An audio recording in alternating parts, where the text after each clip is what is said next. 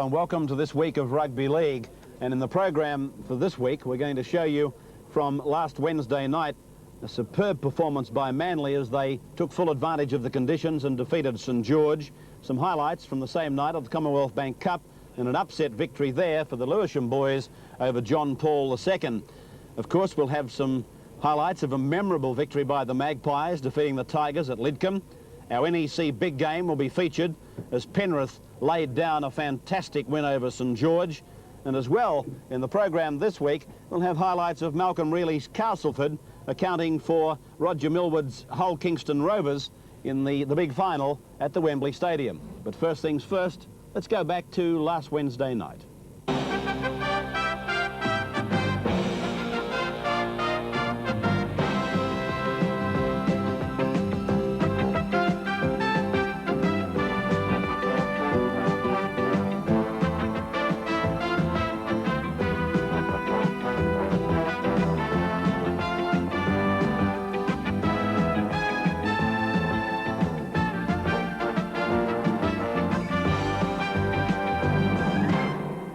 Let's have a look at the way they're going to shape up tonight. And Manly has just made the one change. It's a very important one, as you well know. They lost in tragic circumstances Paul Vaughton during Sunday's game. But quite a simple change, really. Cleo comes back from the centres to the second row. He captains the side, and Close comes into the centres. They're coached by Bobby Fulton. St George, well, Roy Masters has had to make a lot of changes since we kicked off this year. But that side you're looking at on the screen now is probably the one that most St George fans thought would be there on a regular basis. The likes of Young and Jarvis in the front row, Fafita back in the second row, Beattie in the centres, though he says he'll be back in reserve grade come the weekend, and Burgess is back at full back. This arena finds us a long way from the action as spectators. Our cameras, of course, taking you in much closer than if you were here live at the ground. This sports centre, I'm told, was built with the Commonwealth Games in mind, athletics and the like. And recently, apparently, the Rugby League ground as such has been pulled across closer to the grandstand, which is packed to capacity, the grandstand. It is, I was going to say standing room only, but I doubt very much if that would be an apt enough description. Here's Manly getting us underway, and they're running into the teeth of a gale force wind, and Fafita back in the top grade. This is Young, and you can feel the atmosphere a long way away from that playing field as these two very great rugby league clubs come together in our second quarter-final. Jarvis, who's captained the St George side for a good period of time in the absence of Craig Young, I would think relishing the fact that he's dismantled that particular task. And here's the first penalty of the game going to the Manly Sea Eagles. The in-goals are going to be one of the problems that both teams will suffer in trying to judge their bombs and their grubber kicks tonight. In the moving of the oval, or the football field on this oval surface, they've brought it from the centre to the sidelines, but that's had to mean they've got the absolute minimum width in goals. Saints coming back now towards the Manly line with Craig Young.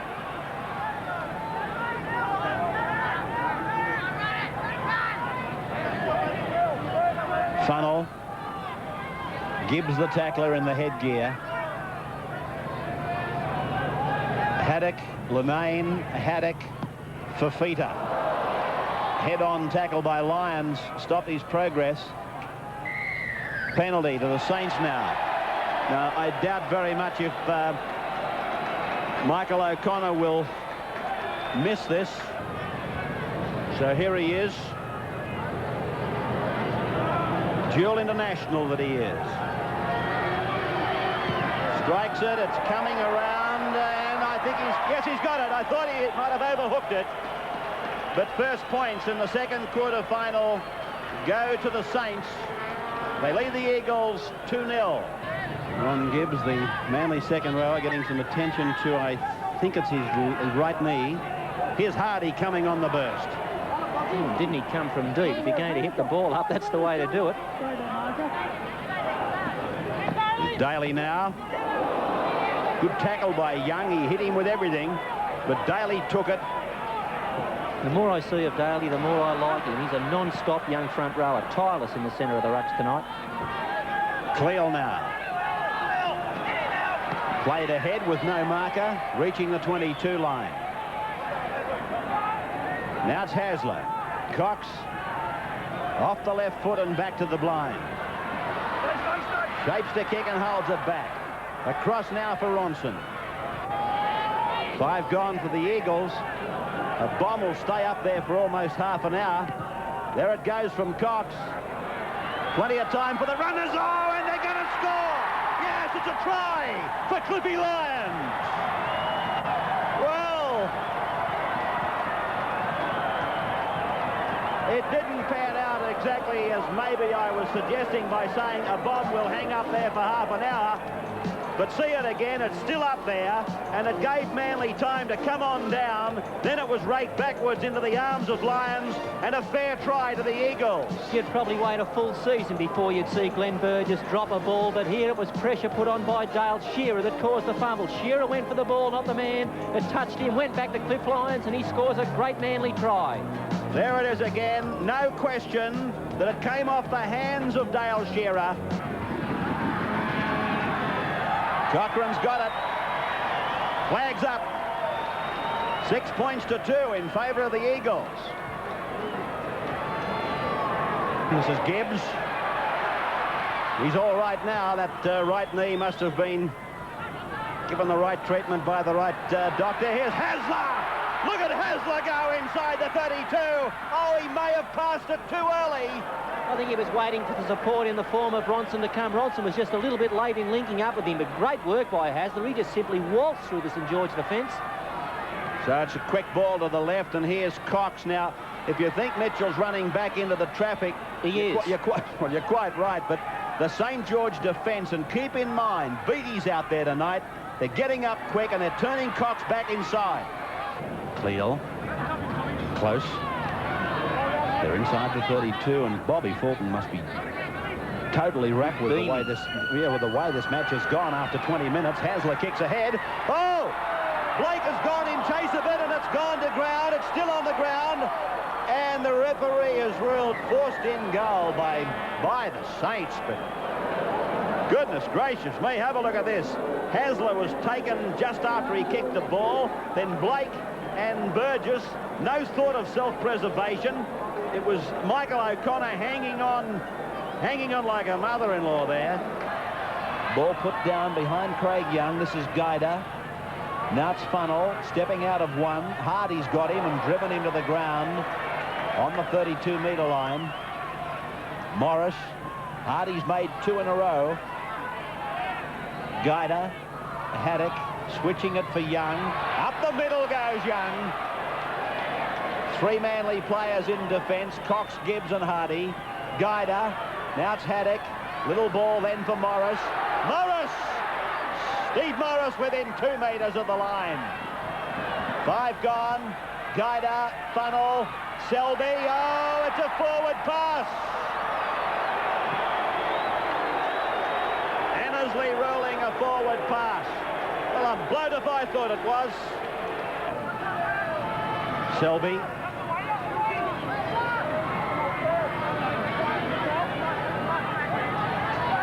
Young to the blind. Out the back, Cleal had him, ball and all. So one would think, but still Young able to release it as he was flung to the ground. Here's Kinchella. This must be their 4th tackle.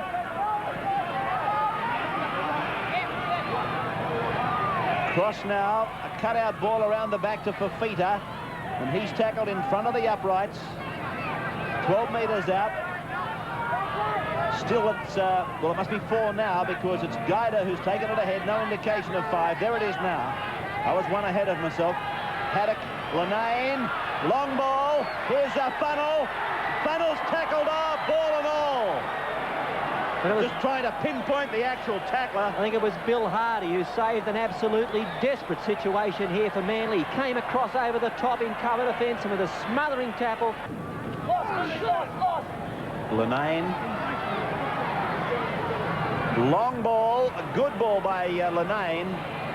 Shearer was up very quickly to block Beattie out. Once again, it was St George looking to attack from a set scrum situation. Fafita. 25 metres from the Manly line. Haddock. Selby.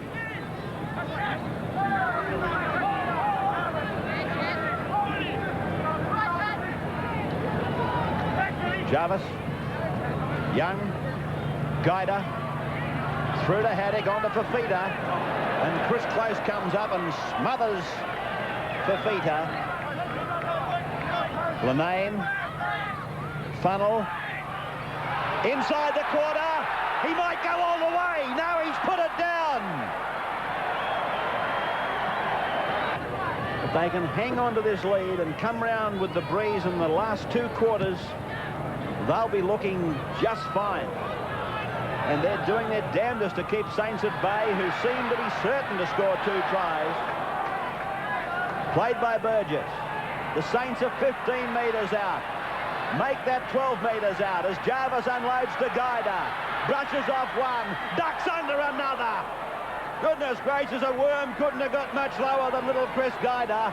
It's gone across to Perry Haddock, back to Craig Young. Out the back now for Steve Funnel, and Funnel's put down 8 metres from the Manly line. St George just a little bit bunched at the moment. They need some more spread in their attack to spread the Manly defence. This is Morris. Well, he said play on. He's ruled that the ball-carrying arm or the ball didn't come in contact with the ground, obviously. This is Selby. 9 metres from the Manly line. And so as St George continues to really punch on the attack, Manly continues to come up with this impregnable defence at the moment. Will that word still apply after this play? Oh dear, how close can you go? A line drop out for the Eagles to restart. The referee has ruled a line drop out. Lyons is saying, what about the bomb taken in goal? This is Lyons. There's the siren as Hasler kicks ahead. The ball coming down behind him. He flicks it out the back desperately. Playing right onto the whistle. Cliffy Lyons down the ground. Dale Shearer's gone inside the 32. He puts in the centre kick. Not as good as he wanted. But let's see what the result is. Manly rake it back again. Hardy scoops it up. Out it goes wide. Mitchell Cox is still going. What an end to a fantastic 20 minutes of football. As the ball eventually is taken to ground by Steve Funnel. And the crowd loving every moment. They wouldn't know whether it was 0 degrees at the moment. The football has attracted their entire attention. Manly 6, St George 2. That's the National Panasonic scoreboard at half-time in the second quarter-final.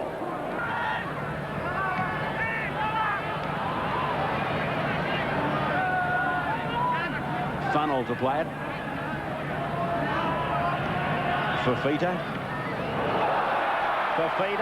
Beattie over the halfway, and Blake it is who makes the tackle. Morris, Haddock, Linane, Young's out there. They cut him out, give it to O'Connor. But this Manly defence is holding them out. 5 gone as Morris escapes 1, escapes 2, chips over the top of 3, but back there to take it is Marty Gurr. Johns, a run of 20 metres. Gibbs coming off for Manly. Who's on, Graham? Steve Prester's on in 16. Obviously, that's that knee injury that Gibbs suffered early in the first quarter. Saints are going to have to think of something else. The bomb or the grubber kick. No one can deny that this Manly defensive line has been absolutely superb.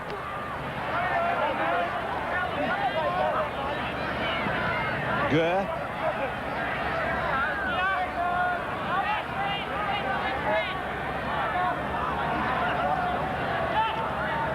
Pressed.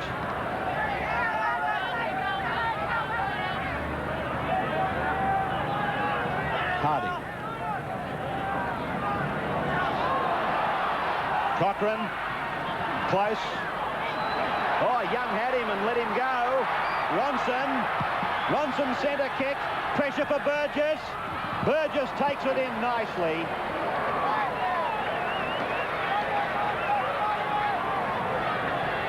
Good piece of football by Manly. Graham Wynn going out in jumper number 17. Brings a big roar from the crowd. They're a very popular side here in Newcastle, the Saints. In fact, funnel coming off, we've been to several country centres with St George, and they're a very, very popular team. Cox.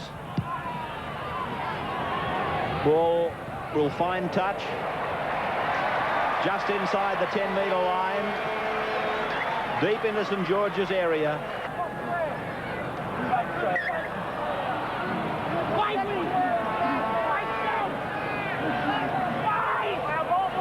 Scrum win to Manly against the feed. Hasler tackled on the Saints 22. Ritchie going out for Saints. Manly! Cox has scored! That's the ball game! And that's Manly into the semi-finals of the $500,000 National Panasonic. Mitchell Cox, after Phil Blake had folded around. Here's the Foster's replay. Good piece of football by Blake. Cox wasn't tackled. He, in fact, was out of the clutches, and momentum takes him across. But Blake folded around, as he indicated he would earlier when the scrum was recalled, and Mitchell Cox picks up the try. Manly twice have won the National Panasonic, or should I say twice have won the Cup final. 82 and 83, back-to-back Cup victories. And the kick by Cochrane is successful. 12 points to 2 in favour of Manly over St George.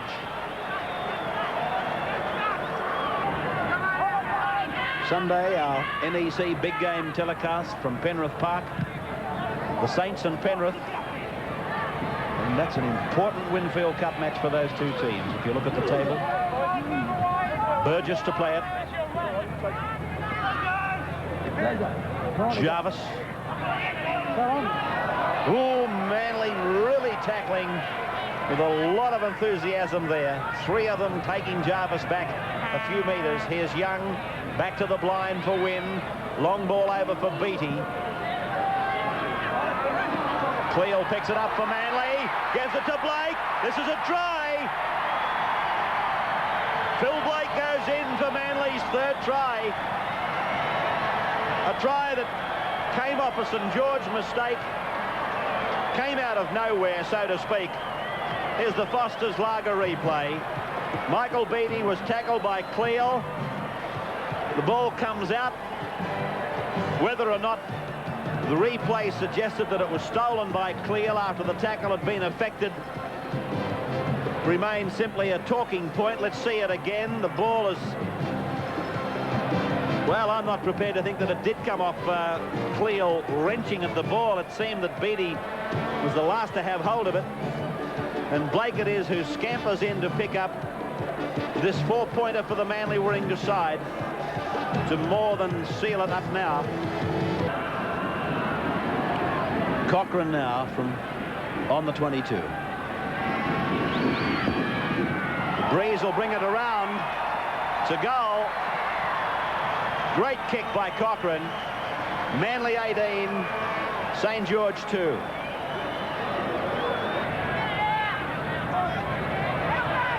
Young. Noak.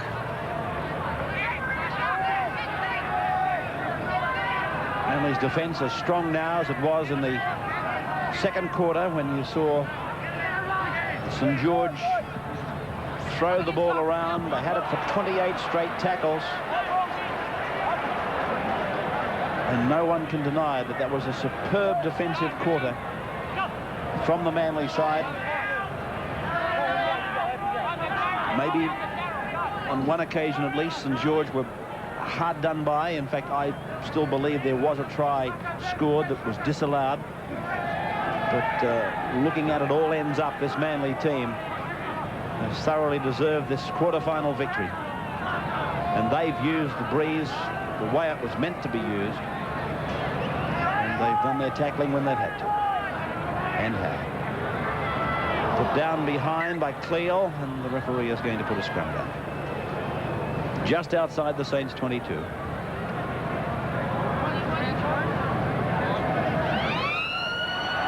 There's the siren, it's all over.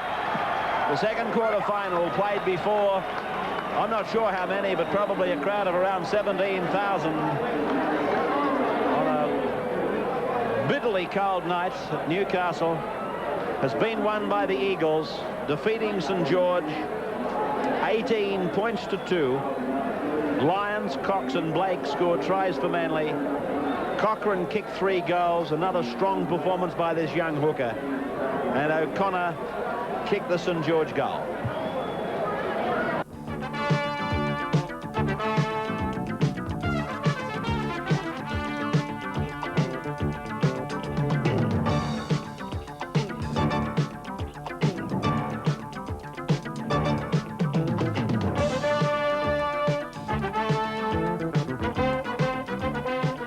Referee out there is Terry Garrett, local boy, and the referee's appointment board chief Ray O'Donnell, our statistician as always.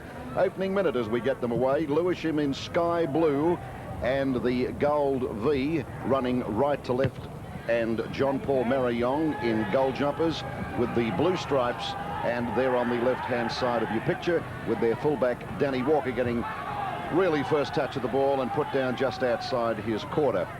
We did have a bit of a downpour up here earlier today, but then we had a beautiful rainbow that bridged the sky. We saw the rain go away, still overcast with the lights of Newcastle in the background.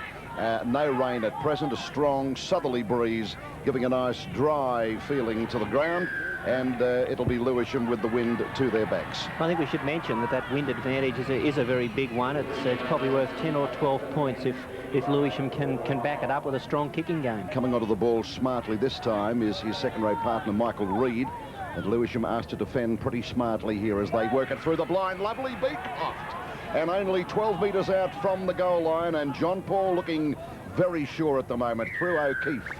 And the penalty catching around about 3, up within the 5, and a penalty in reasonably good access. It looks to me as if he's a front-on kicker too, which is most unusual these days, because most that we see in the Commonwealth Bank Cup and certainly in first grade come from around the corner. I suppose I should cover myself and say none of them are easy in a quarter-final. He's punched it, and it's home. First 2 points on the board and looking good.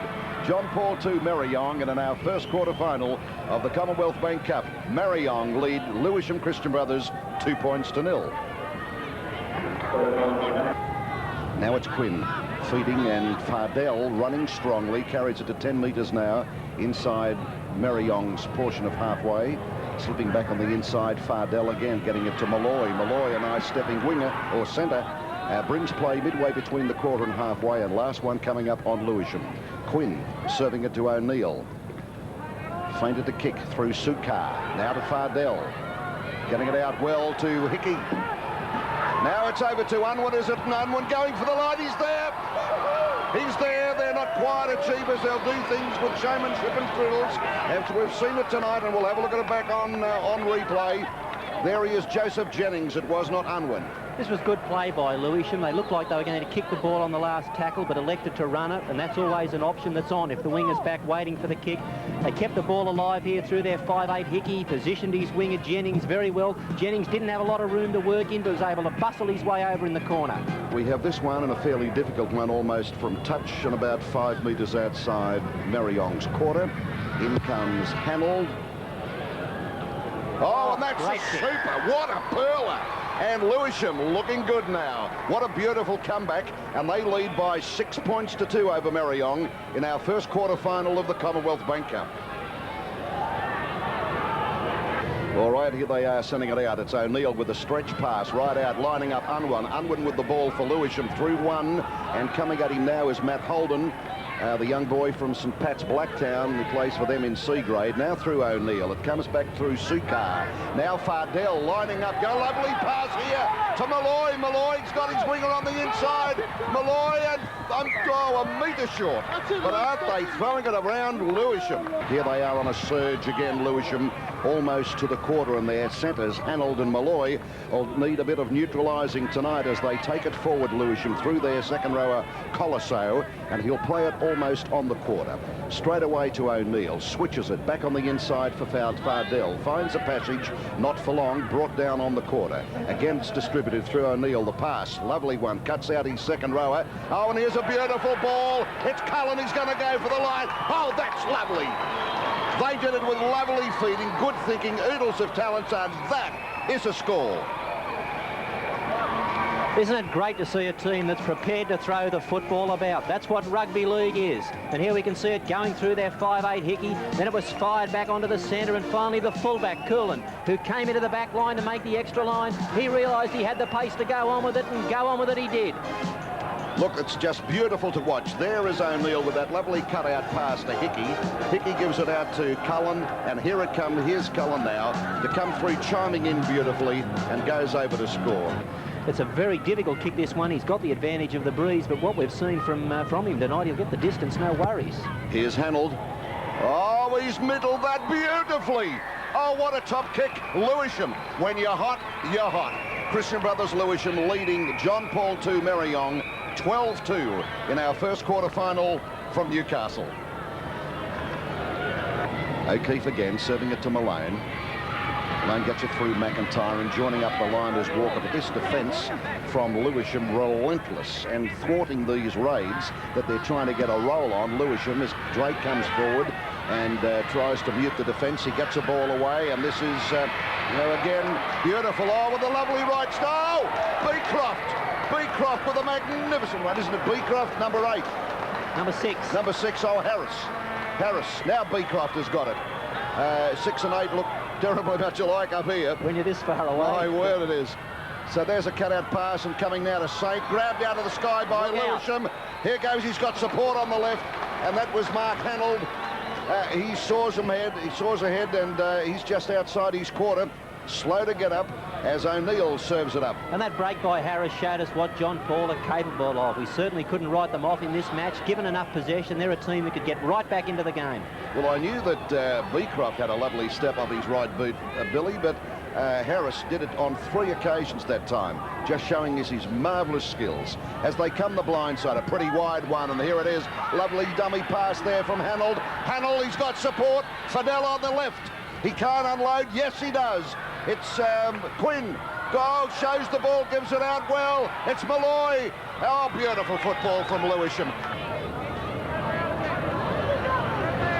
Well, they're certainly rugged up. A couple of nippers down there with everything on for a chilly night. Very Piccadilly up here in Newcastle. Back through Malone and Harris, getting a ball to Drake. Drake feeds it well. Good cover from Sukar. Now Marayong. Here's Harris. Watch his right boot. They're awake up, sucks in 3. Now they're well stretched. Now kicks it forward, and the penalty is with Lewisham. And it looks like tonight, with a 12-2 advantage at this stage, on the verge of returning to the high spots of 84. That's when they went down to Greg's in the final. Here's a nice break by Hickey. Slams it over the top. It's a nice ballooned ball for Malloy.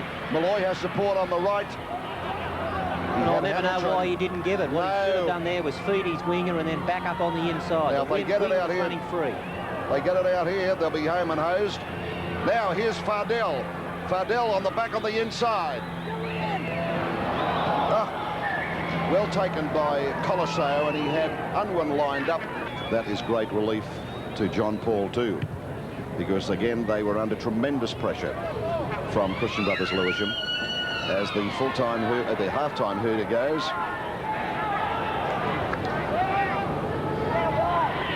So the restart coming through Harris. Saint. But they've blocked him off, and that's the hooter. But a rousing first half, and Lewisham should be happy. But today I thought when John Paul II Marayong thought it was their day of celebrations, but in fact are trailing by 10 points at the break. So at acting half comes Beecroft, a very damaging player, and a good run. Almost to halfway. O'Keefe jamming it out. Nice ball from Harris. Saint gets it to Baxter. Baxter on the fly, back on the inside. It's Holder. Holder gives it out to Backup. Oh, this is a try here coming in from, I think great it's tackle. right. Great tackle. Oh, great tackle. Great tackle by Malloy.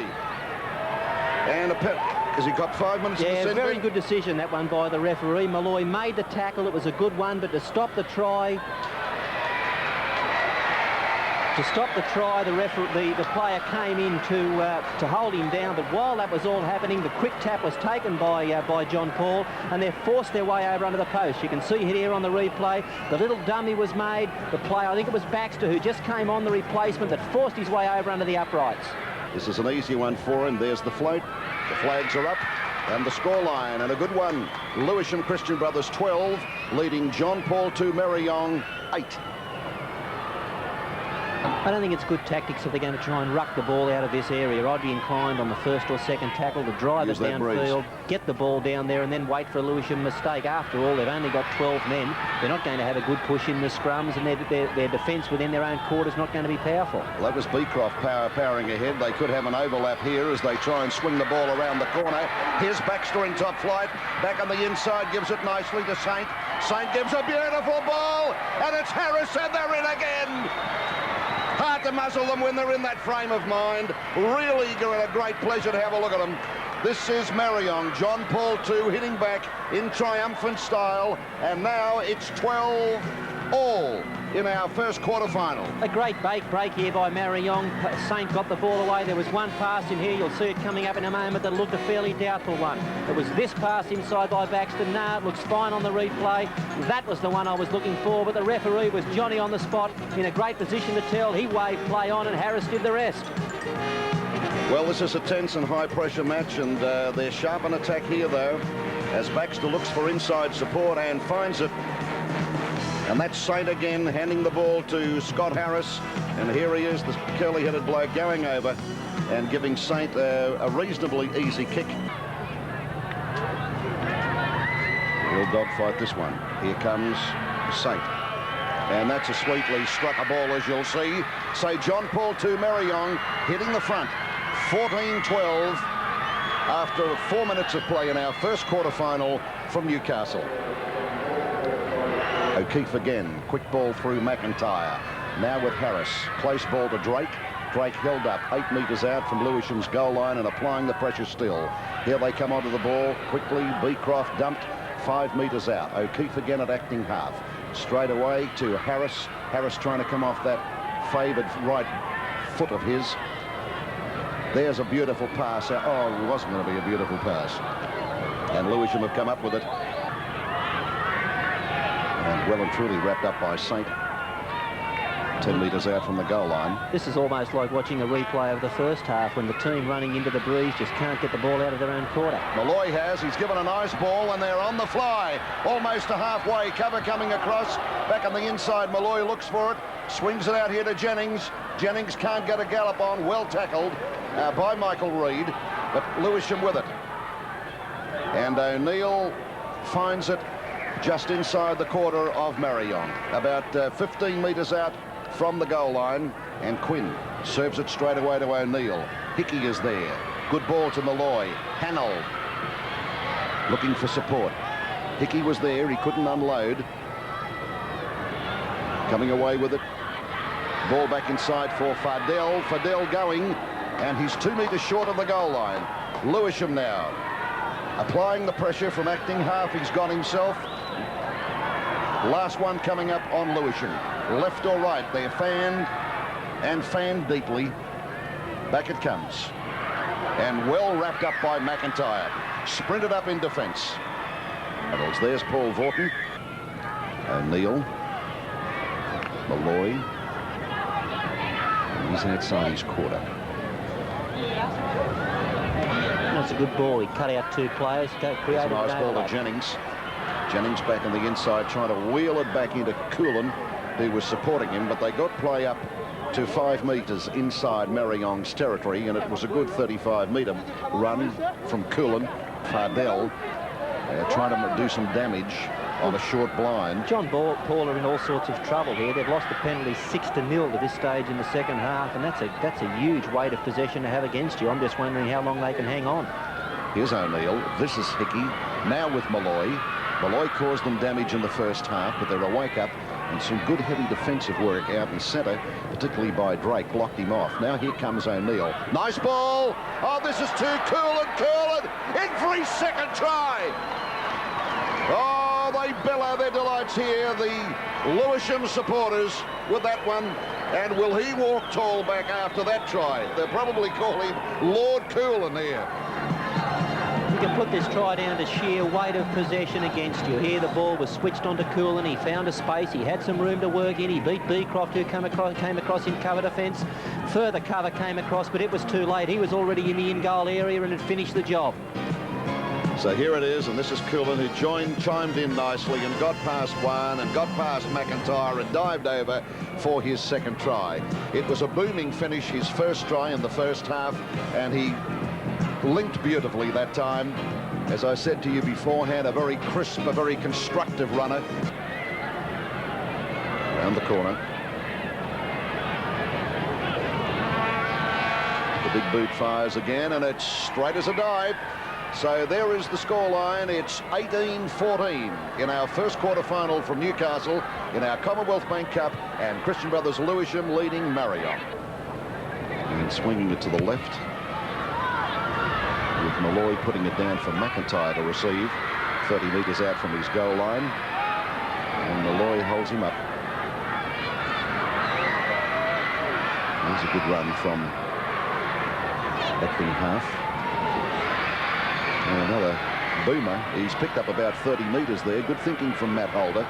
Now they've got to expand. Oh, gee whiz. They were coming up with about an overlap of 3. They had them well and truly stretched as Farhat tries to break them up and gets to the halfway. And O'Neill from Acting half makes another valuable 12 metres before he's halted. And referee Garrett halts play again. And we have a hooter here. And they've had plenty of possession, Lewisham, and turned it to good use. And he said, righto, that's it. Never going to be an easy game, but they intersperse some very adventurous football in between some good defence from Marayong that'll leave some scars and bruises tonight. Well, it's certainly been a weekend for underdogs. First off, we go to Lewisham Oval for the clash between West and Balmain last Saturday, where both clubs were awaiting the return of their English connections, Lee Crooks for the Magpies, and for Balmain, that try-scoring freak, Gary Schofield.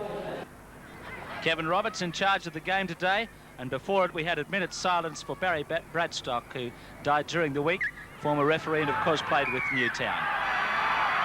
The kick-off. Wests have got the breeze in the first half. Petherbridge to run it out for the Magpies, and Schofield makes the first tackle of the match with Ben Elias. And a penalty straight away. Well, Kevin Roberts apparently had some strong words to both teams before the game about any rough play. Gale, Conlon, inside, Gale again. They've still got it hot. Wayne Pearce. Well, it was looking good, but the last pass went begging when there was something on. Certainly did, and Western Suburbs have got to realise, here you can see the Wayne Pearce, a bad inside pass there. Bevan.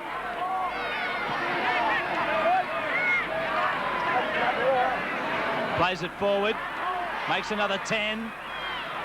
The Balmain threat continues here.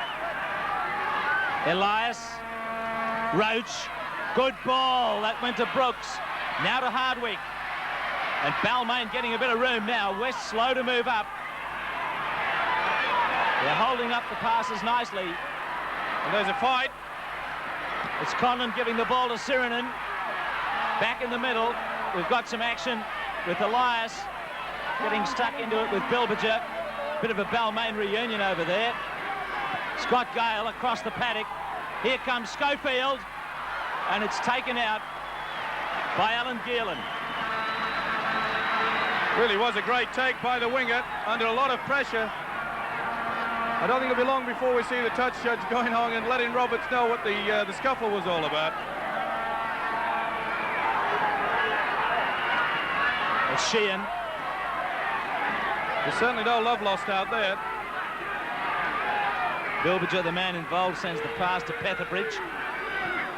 Those players, former Balmain men.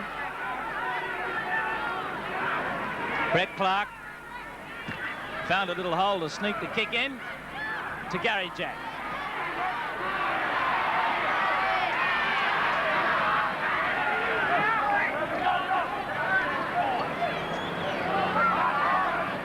Gartner, Gale, Bevan. On halfway. Pearce muscles it back. Williams in there for the tackle with Bilbinger. Gale again. Roach. Watch his distribution. Lovely ball for Jack. Coughs it up for Gartner. Inside Schofield.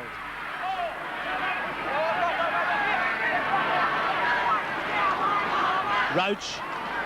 Gale. Elias. Inside. Thank you. It's kicked ahead by Schofield. Play on, says Roberts, after he went down. Duval's dragged it back for Wests.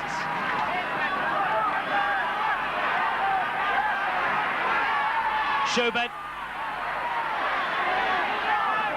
Well, West just keep coming at them. Clark down behind the plate. The kick goes up for Jack. He misses it. He's got it. I thought it was going to go straight through him for a moment. He did well to take it. They're all up there. A lot better play by Western Suburbs. Getting the ball out wide to put out this one-man football, and that's the way to do it. Brooks. Roach. Good one for Sirinen.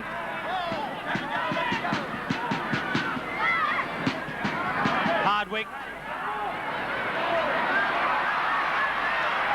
Gets out of two. Freeman's onto him. Here comes someone. It's Gale. Look out, Western Suburbs. Gale's racing, and it's a try to Schofield under the posts. You won't see better football than that. That was great play by Hardwick. Beat two tackles, held up for the last tackle. In fact, would have run about 5 yards with someone hanging on. This is real championship football. Steps inside, beats one. Clark goes down, beats the two, just gets his momentum, and he holds off Freeman. Beautiful football. Gale steps inside at the right time. Watch how he just holds it, and Schofield, little juggle, and welcome to Australia, Gary. There's the conversion. And Scott Gale holds the ball. This is why this centre's the champion footballer. Realised that the wingman was on the outside, so decided to go inside. What a great try. It's Sheehan. Brett Clark. Bilbinger racing at the defence. Last tackle, Wests. Brett Clark on the chase. Jack goes up. Could be a try. No, it's just gone loose. Well, Jack didn't take it cleanly, and it was saved by Benny Elias. Jack seems to be in a lot of trouble here. Went up quite early. And there's Elias just to ground the ball. Fowler again.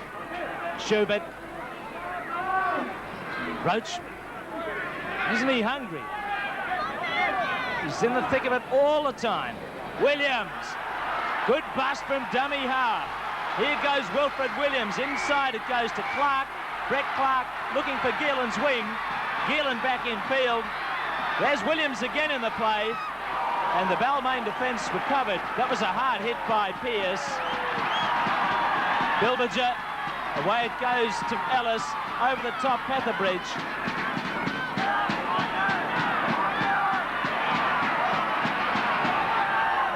Brett Clark taken by Conlon.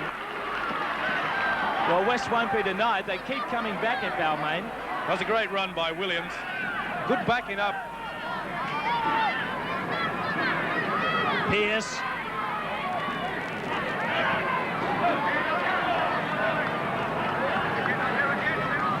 Brooks. Making ground.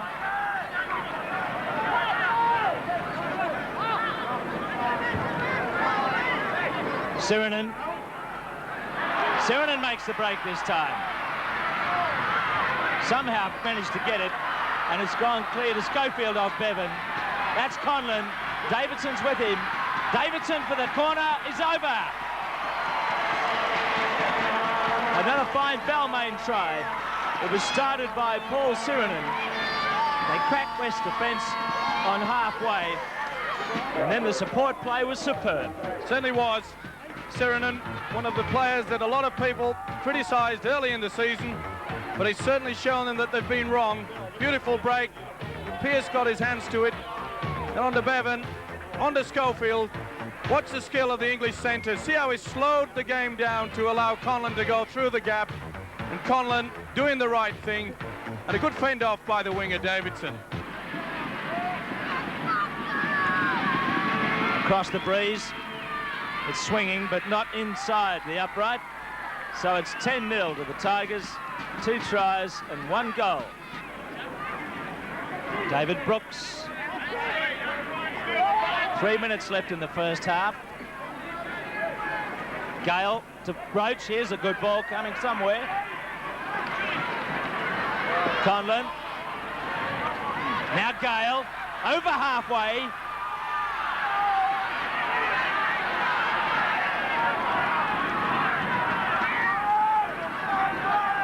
That's Sirinen to Conlon. Bevan. Flick goes to Conlon. Sirinen. Now to Roach. It's like basketball at the moment. Schofield straightens it up and gives it. Gartner inside to Schofield. And Schofield dropped it.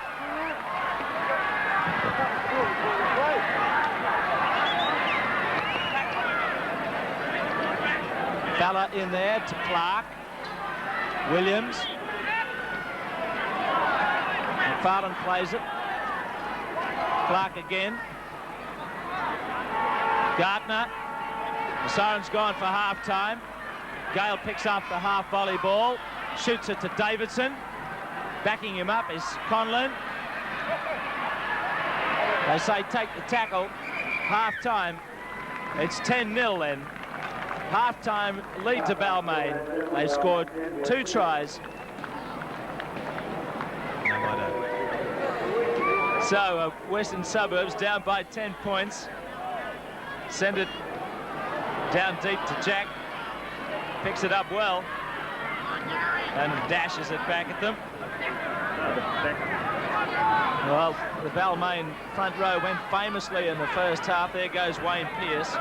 They made 50 tackles out of 114 made by the side. The second row only 11. Another big break by Balmain to start the second half. And it's knocked down. Tremendous run by Schofield. Sirinen, rather.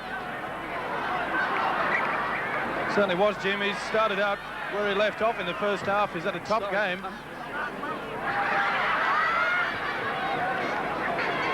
This is how it happened. Brett Clark. That's Bilberger. Craig Ellis inside. He finds Cogger. Good stuff from Western Suburbs. Right back at Balmain. And Ellis.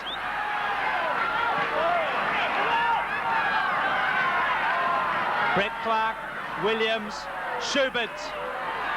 Schubert, he's made the break. Petherbridge for the corner is in. Western Suburbs lifted by their supporters. Tremendous spirit that they've got this season. Last year, they made on a comeback from a 10-0 deficit. as well as this. Look at this try. Good play here. Schubert, notice the gap through the dummy. Feeble attempt by Hardwick. And the fullback never had anything in his mind but to go for the line. Schubert against the breeze. Fair-looking kick, but the breeze caught it, held it up and pushed it wide. 6-point lead for Balmain.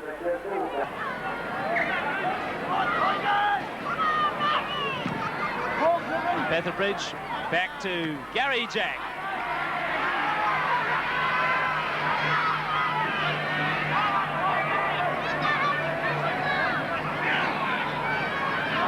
Roach serves it up for Pierce.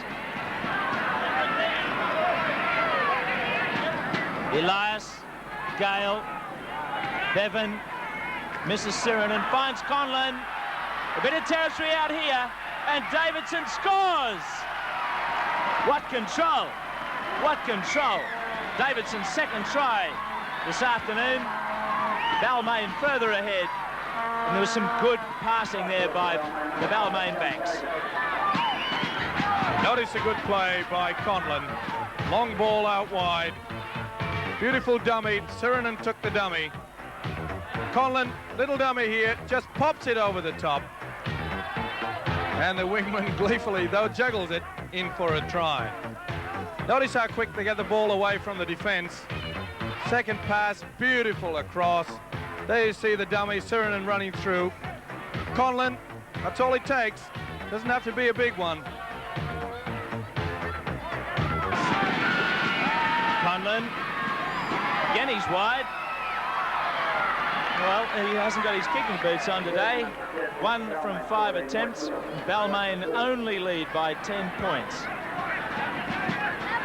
Conlon. That's Bevan. Good one to Schofield and Gartner. Back to Schofield.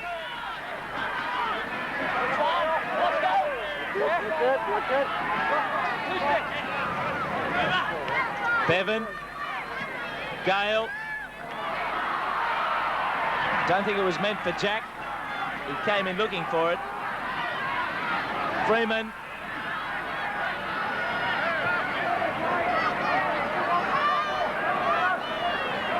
Brett Clark away to Bilbajup.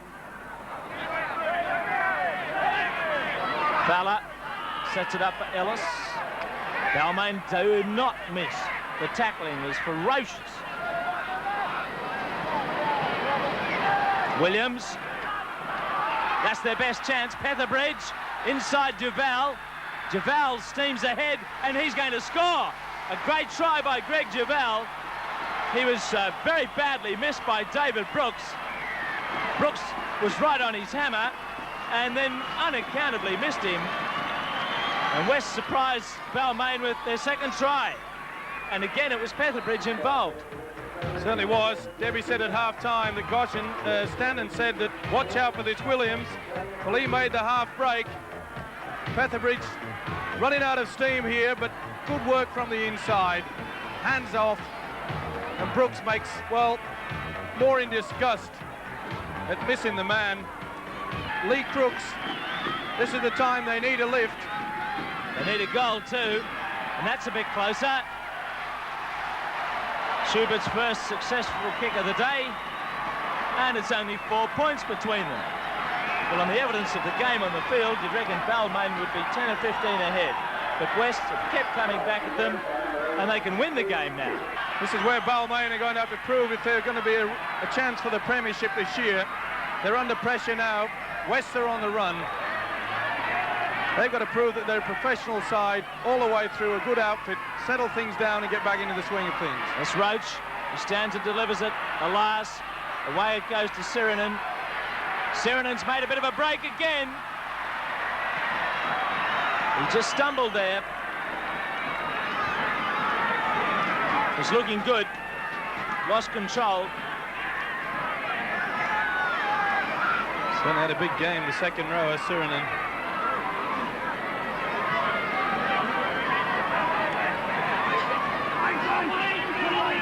West ball. Trevor Cogger.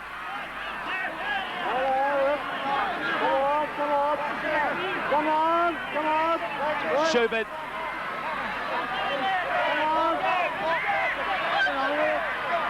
Scrums at last broken up behind players. Brett Clark looks for some room. Bit of a heated scuffle back there after West's won it. A lot of pushing and shoving. Cogger, away to Williams. They like going this way, Wests. They like going that way too, right up the middle. Wilfred Williams, he's racing. Can he get the support? Yes!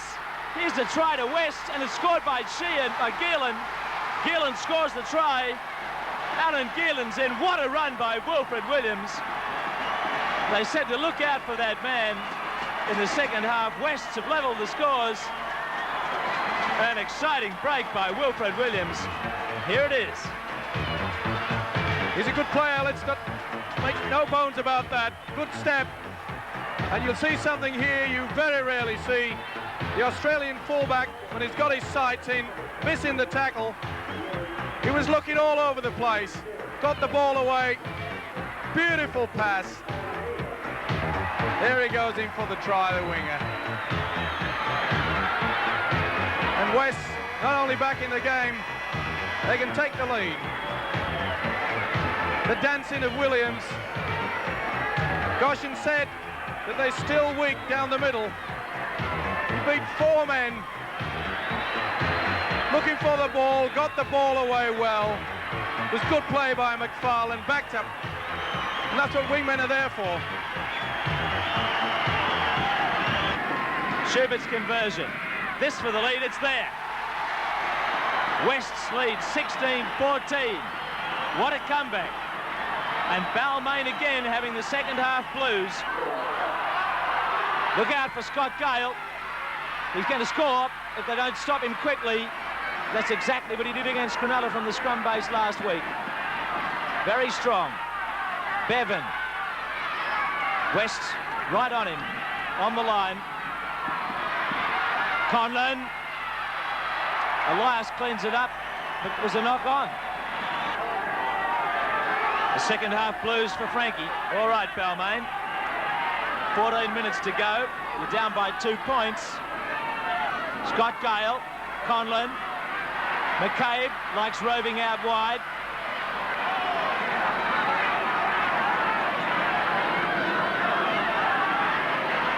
Elias. Jack. Slammed to the ground. Balmain have got to be careful that they don't go too much individual football. It's against the West defence. So many penalties today. But overdoing it in the tackle. And it's Bilbija again. There's no doubt about that. And Wilfred Williams, a hero of the second half in many ways for West, with that dazzling run that led to a try. He's obviously got a leg injury. Brett Davis is coming on to replace him. And Conlon has this kick to level the scores. Here it is. He's hit it well, but he's missed. He's missed. No golden boots for Conlon today. He's only been successful once. Elias to McCabe. Balmain have got to get the ball out wide. He's now got trying to break it through the middle. Those Western Suburbs forwards, they're eager now. They're hanging on for grim death. They don't want to give away a penalty either. Conlon. Conlon's made the break. Look out. And it's knocked down by Jack. He knocked the ball on. Well, there was the chance. Conlon made the break. The inside pass was on, as you'll see. And Gary Jack lost it. The try was on. And Crooks drops the ball straight away. Balmain a chance again. That's Pearce. That was a bad mistake by the Englishman. It was a jet lag drop ball. Wide of the ruck, Conlon again. McCabe. And they've lost it. Here they go again. Petherbridge up there. Petherbridge. What determination he showed here. He was down a moment ago with an injury. And against his old club, he's given it the lot. Schubert. Back it goes to Cogger. Petherbridge again. Cogger once more. West finishing with a full head of steam here. And try to knock him off. McFarlane to play. Just 10 metres out, Western Suburbs. That's Crooks. 2 metres to go for Wests. Alan Fella. Last tackle. What's on here? Brett Clark, a field goal. He's kicked it. He's kicked it. Brett Clark has kicked the field goal. And the siren is gone. It's full time. Western Suburbs have won it. Brett Clark, with seconds to go, has put through the kick to give Western Suburbs a thrilling 17-14 win. Well, a great second-half performance by Western Suburbs to see them home. Now, our second underdogs takes us to England and Wembley Stadium. Now, the big occasion, of course, the English Challenge Cup final, where Hull Kingston Rovers, with Aussies John Doherty, Peter Johnston, the Canterbury front rower, and former Eastern Cronulla player Gavin Miller, they were all set to take on Castleford, coached by Malcolm Riley, and they also included the Queensland State of Origin back rower Ian French. With such a big Aussie influence, Hull KR took the field as the odds-on favourites.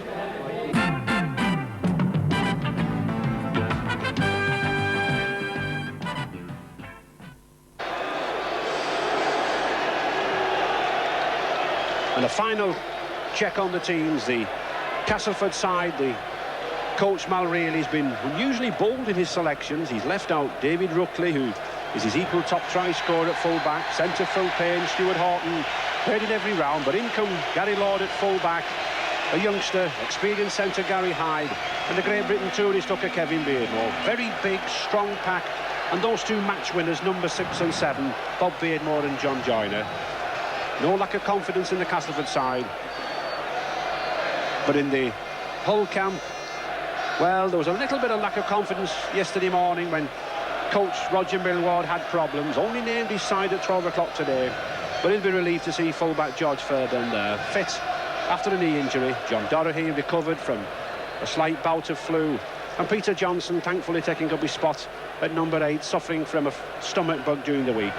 But he does lack his international second row, Hogan and Chris Burton. But nonetheless, very, very professional side.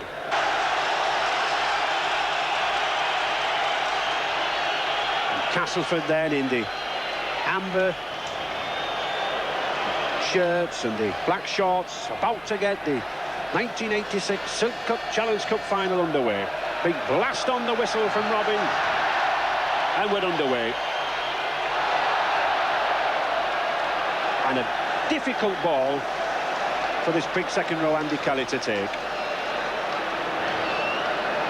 Just misjudged it, possibly misjudged it, Alec, I think, in the breeze that's blowing around. Yes, maybe Ray, early in the game he took his eye off the ball, and really you've got to roll these balls at Wembley. Jamie Sandy.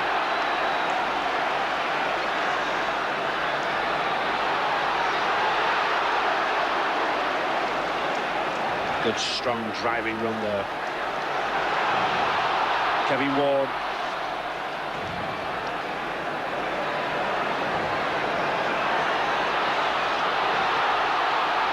Well, no, held back.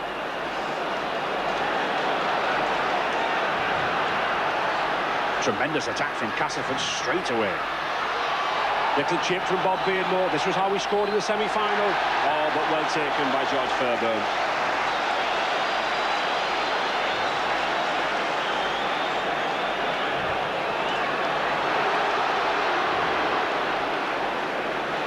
The Rovers, I think, will want to settle the game down.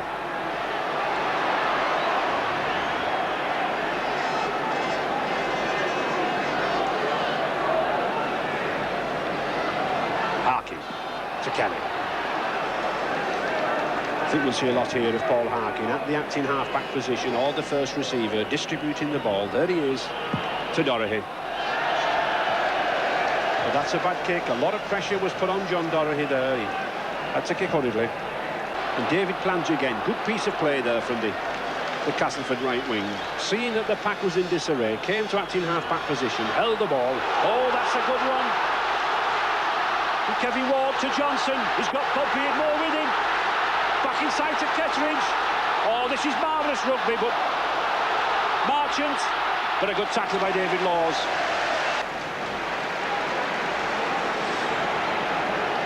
Both of these sides, tremendous attacking potential. Harkin. Peter Johnson, that's a good ball. Andy Kelly popping up out on the wing there. Gary Prone to David Laws. Kelly again. Oh, good passing here from Hull KR. Well, another lost ball. And that's tremendous play, though, Ray. You've got it. That is exciting rugby. It was the turnover, actually. They did lose the ball, but what magnificent rugby from Old Kingston Rovers. Gary Hyde. Well, we haven't seen a lot of Gavin Miller come in the game yet, have we?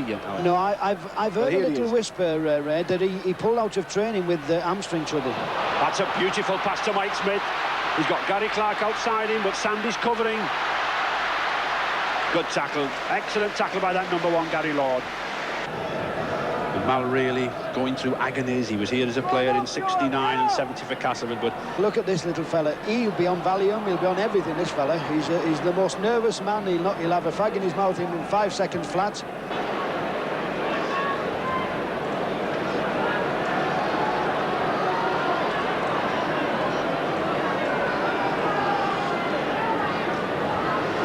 I think we could do with a try now, Ray, now, don't we? I think they've settled down with the nerves. Oh, that's a good pass from Kevin Ward. Marchant, he's got David Plange on his outside. He's done it, and he's going for the line, and he must make it. Oh, magnificent opening try there. What confidence there in Tony Marchant. I think, just like those Castleford supporters, felt that the ball should have gone to David Plange. But he put the bit between his teeth, and it was a try. What a magnificent try for Castleford. Tony Marchant here, Great Britain centre. Kevin Ward holds the ball. Tony Marchant in support. This is a tremendous try. This needs scoring. This wanted scoring, and he wanted to score. Doesn't he open his legs out? Doesn't he stride them out? And he'll be very, very happy in that.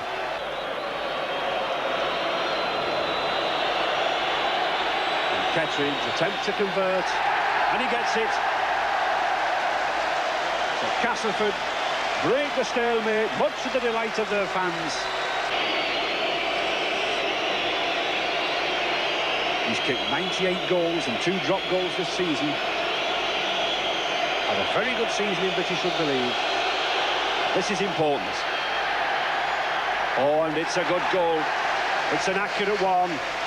Struck that well, did Dorahy.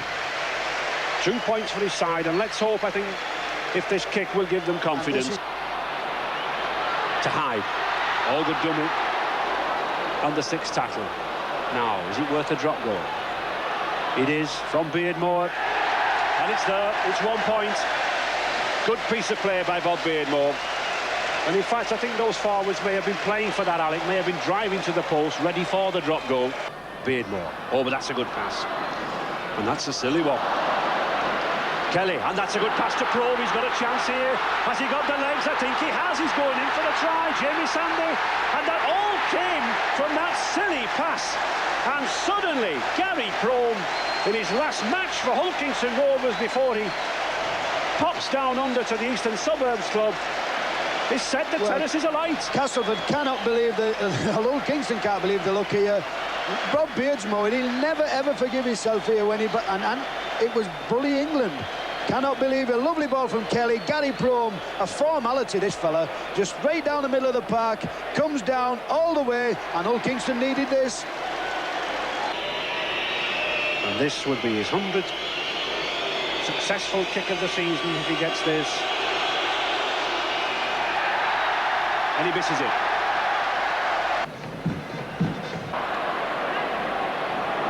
And there's a big strong prop who's been put into the summer training squad. Kevin Ward picked to put a bit of beef into that front row. Beardmore again. Little chip, it's a dangerous one. Probe's relaxed, and it's a try. Yes, a little chip. And I don't think Gary Probe realised what was happening. But Bob Beardmore, he got round the back of Probe. Probe just stood there, Alec. Well, really, what you've got to say here, this is very, very bad play indeed. Good play by Robert Beardsmore, but just watch Gary Prome here. Kick the ball dead, but never do this, and Bob Beardsmore does get there. Well, he's curled it round, no, just to the right of the posts. Doherty, the Rovers number 6, working very, very hard to get this Hull Kingston Rovers machine ticking. Joyner. Oh, good run from Joyner. He's got Jamie Sandy with him. Well, he's beating. Now then, it's a race between Sandy and Fairbairn. And the little man's in. Yes, he's in. I think, like Alex Murphy said earlier in the match, this man is so small, 5'4". Well, here he is. Tom Thumb, good ball here now as John Joyner gets the ball. This is magnificent standoff play. He's a big lad, this is what we was talking about this morning, but here's a little midget. Tom Thumb slips round him, slips past him. He's still a lot to do. George Fairbairn looks as though he's going to nail him. He looks as though he's going to be nailed by Gary Clark, but obviously he's strong, and that's a good try.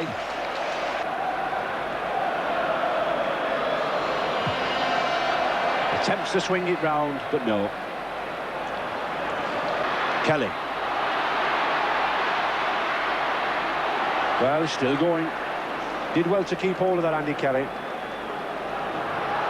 Gary Prome. Oh, just look at the time, and he's given a try. Yes. What a surprise, Gary Prome. Well, he was deceived by that try earlier on with Bob Beardmore, and he's deceived everybody himself. It looked as if he was going into touch under a cloud there of the Castleford players. Well, I'll tell you what, Ray, he might have let a try in, but this try certainly took some scoring. This is very, very strong man. He's got 3 men round him and just pops it over the line. A lot of pressure on the lad. No, wrong direction. Coming up to injury time. Can Rovers do it? Gary Prome. That's a good dummy. He's still going. Back to Doherty. Back to David Laws. He's got some space. Oh, magnificent tackle. Magnificent tackle by that Rookley. 40 minutes are up. But in injury time, last-ditch effort by Rovers. Here's a chance to Gary Prome, and he's in. John Lydiat's in. What drama.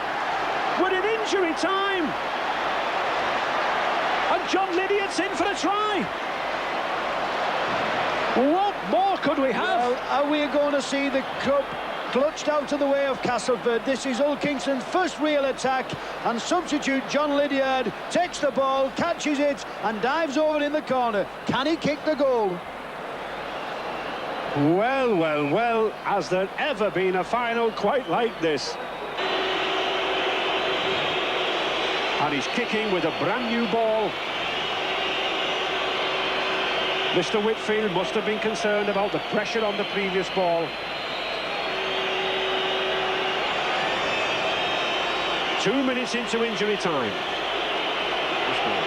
15-14 to Castleford. And just look at Malcolm Riley, David Sampson there and Roger Millward. Everything hinges on this kick. I've never heard a roar like this. There are boos, there are cheers. Here he goes. It's not there. Castleford leap up in the air. Settle down, there's still time to play. 1 point between the two sides. There's the hooter. David Plans leaps in the air. I don't think Castleford can believe it. Tremendous ovation there from the Castleford crowd. And Bob Beardmore, number 7. Well, I think he had a point to prove to the Great Britain coach, Maurice Bamford, that he should be the man for the Great Britain spot. But he'll not be bothered now. He's won the Challenge Cup, and commiserations there. Nice to see the spirit that this game's been played in. But Castleford, aren't they delighted? This club founded 60 years ago. Winners on every appearance at Wembley. They disposed of Huddersfield in 1935, Salford in 1969, Wigan in 1970, and now they take Hull Kingston Rovers scalp in 1986. And John Joyner to receive as winners from Royal Highness Princess Alexandra the Silk Cut Challenge Cup for 1986. And how well he's deserved it. It's the huge roar from the Castleford contingent. 20,000 have travelled down from the town. 2 out of every 3, and I'm sure those people left back in Castleford, they'll be dancing in the streets. There'll be celebrations in John Joyner's fish and chip shop tonight. Well, from fish and chips to Penrith Park in our NEC big game between St George and Penrith. St George, they were disappointing midweek against Manly, and coach Roy Masters made 3 changes to that side to take on the Panthers. Obviously, Roy Masters was looking for a big improvement from the 1985 Winfield Cup grand finalists.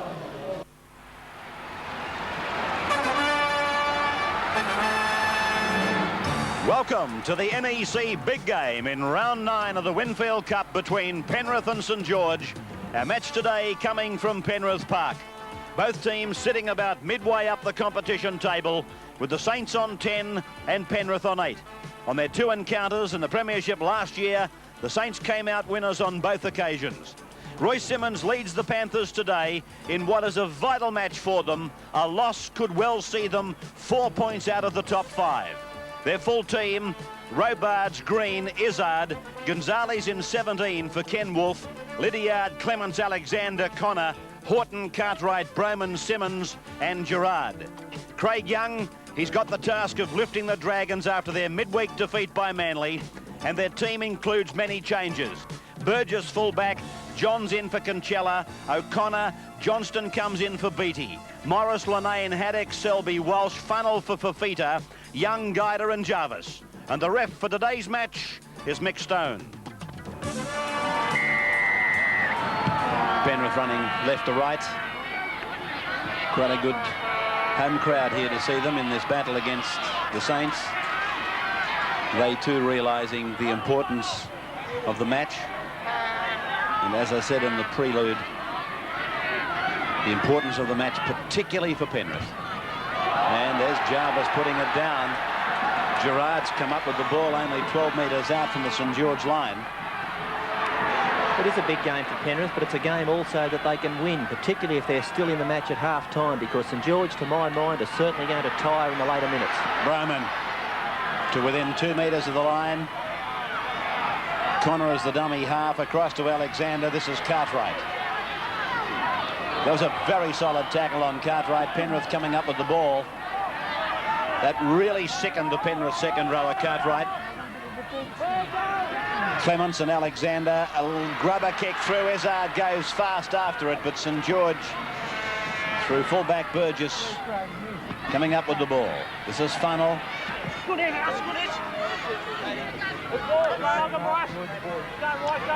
Penrith have adopted an interesting pattern of defence in the early minutes of this game. They've been playing Rob Robards, their fullback, up on the front line, and Alexander's covered for him in the back line.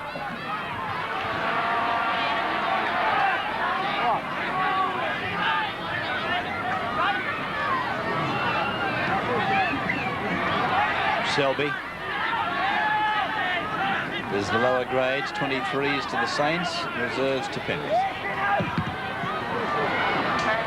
Funnell.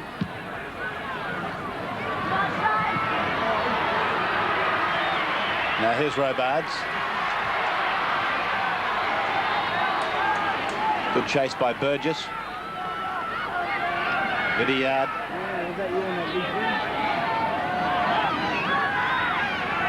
Spoke to David Lydiard before the match, and he said he had memories of a horror game last year against Steve Morris when he played for Parramatta against St George. Today he requested particularly to mark Steve Morris to try to make amends. Gerard.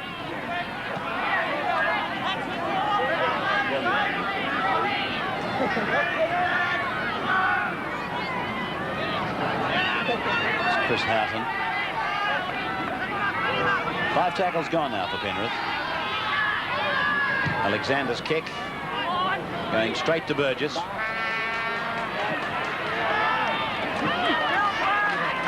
Gonzalez in 17, the chief tackler. Here he is again going for 2.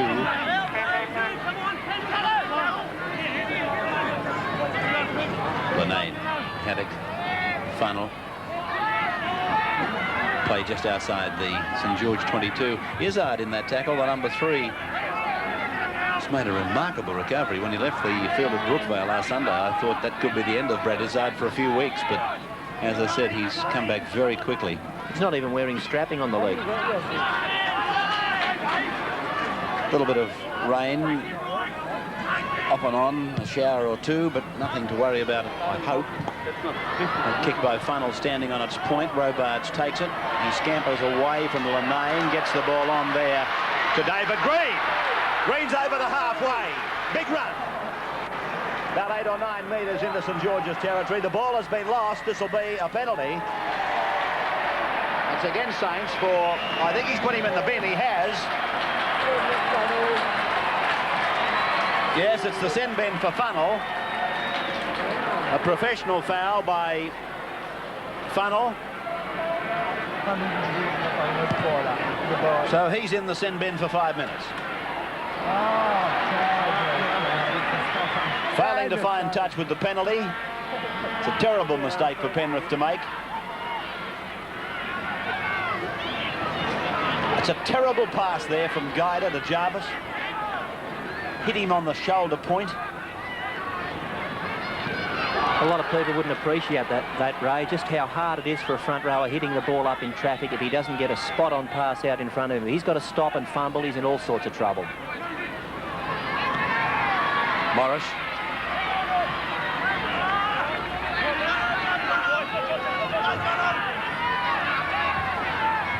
Mike O'Connor. Let's go to the sidelines. Here's Graham Hughes with Matt Goodwin.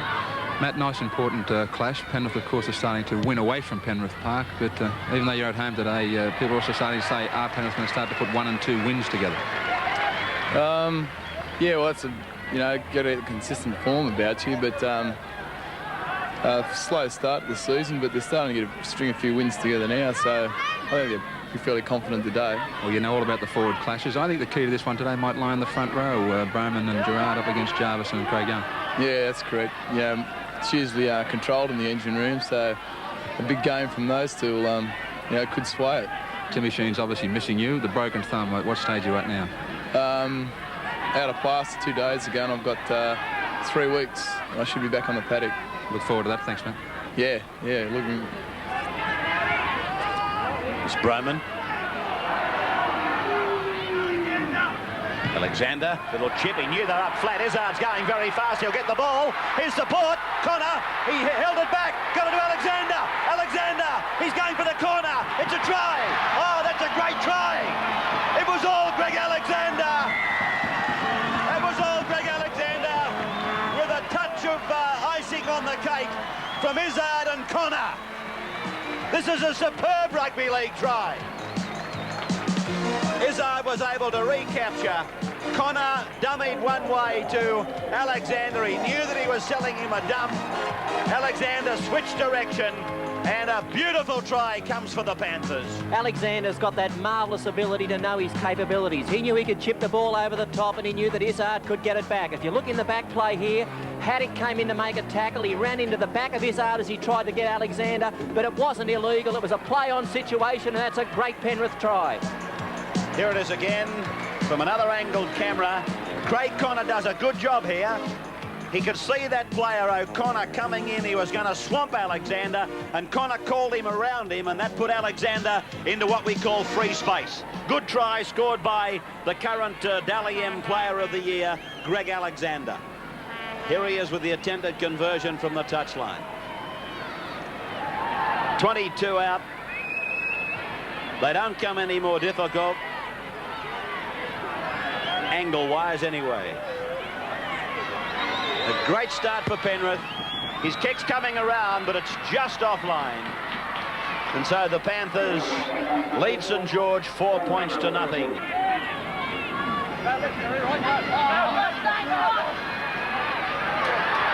Robards coming in off the 5/8.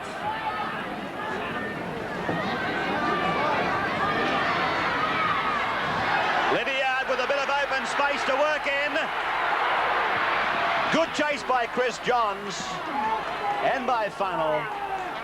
And a scrum to go down just outside the Saints 32. But Penrith are really opening St George up both in the middle and out wide. You've seen fellows like Simmons and Lydiard making long runs. Chris Johns has got a problem with a finger there, dislocation.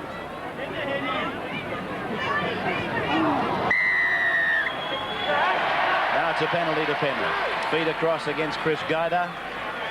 This has been a horror start for the Dragons. It's just what they wouldn't have wanted. Penrith putting all sorts of pressure on, and if they can keep their nose in front until half-time, they're going to get away with this one. I'm expecting St George to come in the second stanza very leaden-legged. That breeze is more or less coming diagonally across the ground, favouring Penrith in the first 40 minutes. Cartwright,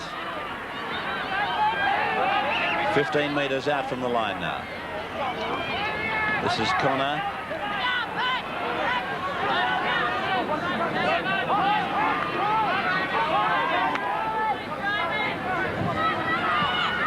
Broman, oh, he was on the end of a ripper.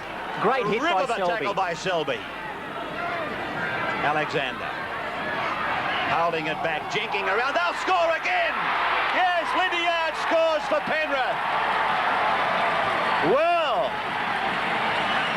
11 and a half minutes gone, and the Panthers are giving the St George Dragons a mauling and a half. This again was Alexander. Craig Young, he's lecturing his players, but Penrith are really playing very hot here. Alexander caused the trouble. Look at the big number 9. Walsh, he didn't know what to do, so he said, I'll hit somebody. But then it was Clements. All he had to do was hold it back, draw and commit, and Lydiard picks up the try. Greg Alexander held the pass back beautifully here. He threw the dummy. Chris Walsh went up and made a tackle, but that left the hole. Greg Clements had backed up. He took the pass, fired it on the outside to Lydiard. He still had to beat some defence, but he shrugged that off easily to cross for the Panthers' second try. The NEC replay of a try scored by David Lydiard. One of the toughest players in the game. That's not necessarily my thought, but I can assure you when he was working out of Parramatta, Jack Gibson only had one word to describe Lydiard, and that was tough. This is Alexander now from just inside the 22. 12 metres in from touch. That looks better. Take a bow, Mr. Alexander. You've promoted 2 tries and you've kicked a goal. It's 10 points to 0 in favour of the brown and whites.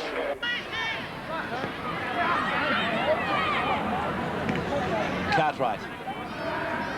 He's having a pretty ordinary game at the moment, Cartwright. He's been responsible for putting it down a couple of times. Quick passing to Gonzalez, onto Lydiard. Haddock's got him, back inside to Gonzalez. And he's tackled about 10 metres out from the line. Penrith again piling on the pressure. Alexander stops and props and gets the pass back. Daryl Broman in the middle of the park. Goes to Clements. Now it goes to Robards. Robards is held about 5 metres out from the line.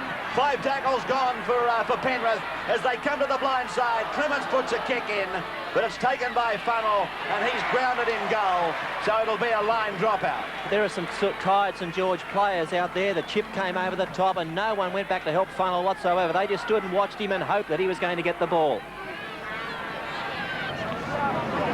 Referees here at Penrith today wearing a black armband as a mark of respect for the late Barry Bradstock, who was a colleague of theirs and also played with the Newtown club.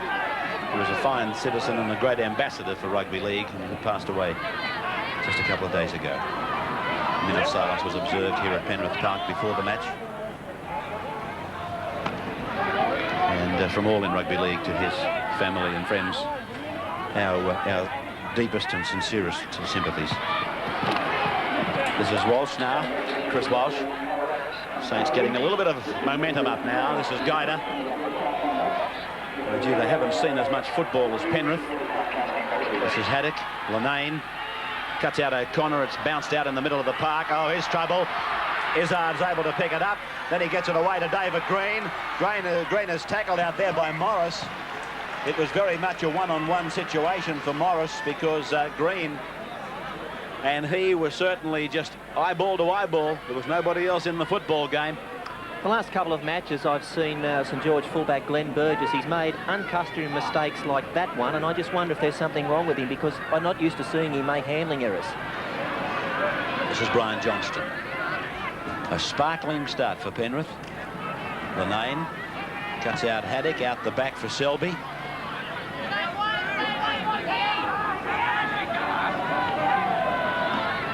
Funnel. O'Connor. Chance here. Johns.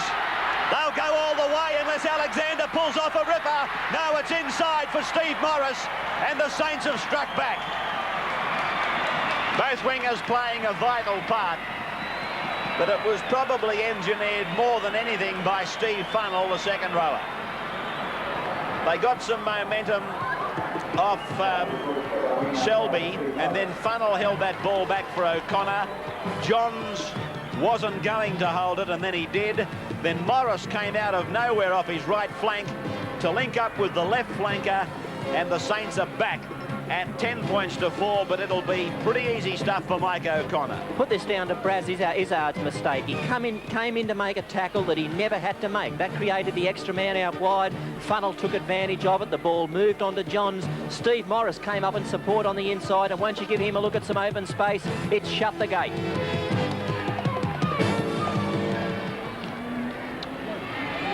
Steve Morris, the try scorer.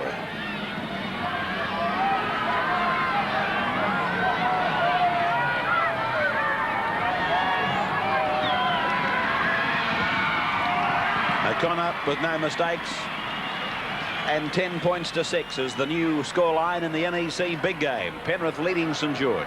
Here's Alexander to Clements, the run around dummy. Now it's Cartwright, looks to get it out the back. He's lucky to have hold of it, really. Here he is now playing at 20 metres out from the line. They hit the blind side. Connor back inside for Gonzalez, and Gonzalez is about 11 metres out from the St George line. To the left for Alexander. He jinks and goes back to the blind. There's a bit of trouble. It was knocked down by Funnel, and it's going to be a Penrith feed to this scrum about 12 metres out from the St George line.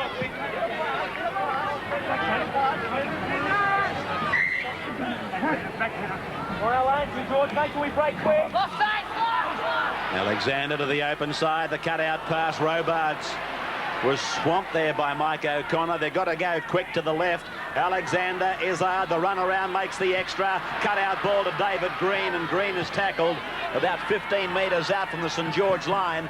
And here they come back with David Lydiard now, reeling out of one, but held by Brian Johnston. And they're only about 8 metres out from the line. Penrith leading 10-6 as Alexander gives the short ball for Gerard. Gerard's within 5 metres of the line, held by Craig Young as it comes over to Alexander. It's gone to Clements. He gets off his right foot, gets it back to Connor. Connor stands, says who wants it. Simmons has got the ball, and Simmons is held about 10 metres out from the St George line, right in front of the uprights. 5 tackles gone. Alexander's looking for Clements. He runs to the open side. Now he finds Connor, and the ball has gone loose, and the referee is ordering the turnover.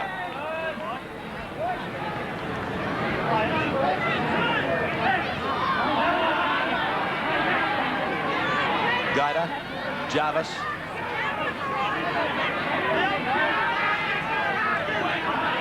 NEC big game scoreline. Penrith 10, St George 6. Saints out to the 22. Funnel.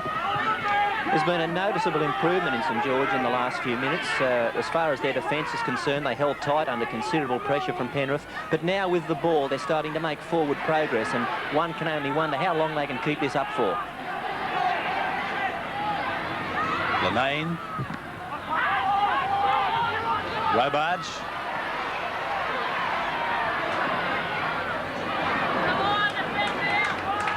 (6-2) the scrums to Penrith. 2-1 the penalties to Penrith. Alexander kicks. He's leading the race for the ball. He's running away from the second rower. He takes it on the bounce. Oh, Greg Alexander! That's an Alexander the greatness. Oh boy, oh boy. If anybody doubted the fellow's ability, and there are plenty of doubting Thomases when it comes to Greg Alexander discussions, I would say he's firmly shut their mouths in the first 30 minutes of this match today. This was Penrith's third try. He laid the first 2 on, and he scored the last one himself. I love a footballer that knows his capabilities, and what was going through Greg Alexander's mind here was this: I know I can chip this ball over the top in this spot, and I know I've got enough pace to beat him and him for the ball, and that's exactly what he did. So here he is, Greg Alexander. Be my guest, see it again.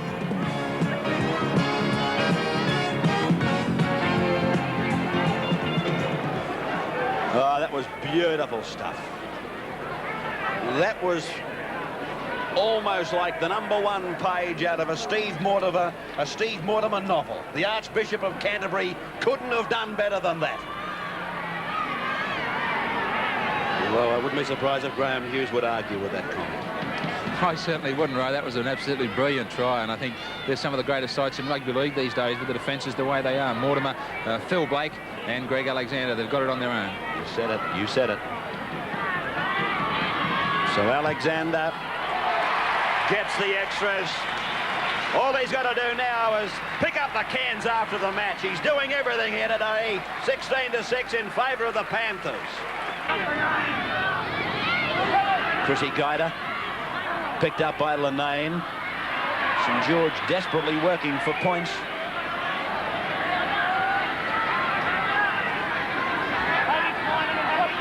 Haddock, Craig Young, Haddock. I just got the feeling that St George didn't give themselves any depth on that occasion. Here's Steve Morris with the kick ahead. This will be a penalty. Where the ball lands, I'm waiting for the referee. Oh, now I agree with you there, Ray. It should have been a St George penalty. I thought the referee was playing the advantage, waiting to see if St George came up with the ball or not. Well, the director, Alan Catton, the cameraman, has picked it up quite clearly. There's no doubt Chris Houghton hit Steve Morris a clear couple of seconds after he kicked the ball. It's got to be a penalty where the ball lands. Sure, if St George comes up with it and then he wants to play the advantage, that's okay. But they didn't come up with the advantage. Well, now the touch judge has seen it the way we saw it, and he'll give the penalty now. Well, maybe Stone was looking elsewhere. I'm not sure where, but every man and his dog saw it. Oh, should have had it. St George might come up with a try here, but I'd have still been inclined with the goal kicker of Michael O'Connell's capabilities just before half-time to try and get 2 points on the board. He would have got it dead. They would have got the ball back anyway. This is Young. They might score a try and convert, and still the wrong decision. It's Haddock coming from blind to open for Johns. Out the back for Guida. A chance, a chance. Selby! 3 metres out from the line. Now St George are wide, and they're a bit deeper this time. Haddock, Linane, the kick ahead. Was he felled late? That's the question. Referee rules no, and it's coming out for the 22 tap for Penrith.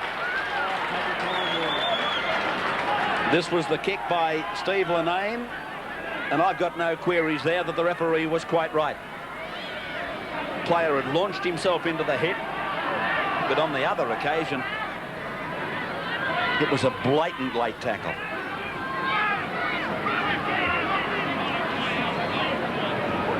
Seconds before half-time.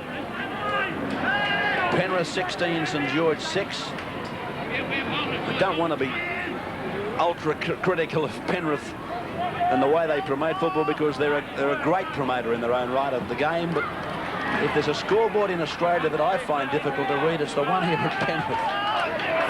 It's a mind-boggler. But there's the score, 16-6 in favour of Penrith as the siren sounds for half-time. Let's take a half-time comment from Graham Hughes.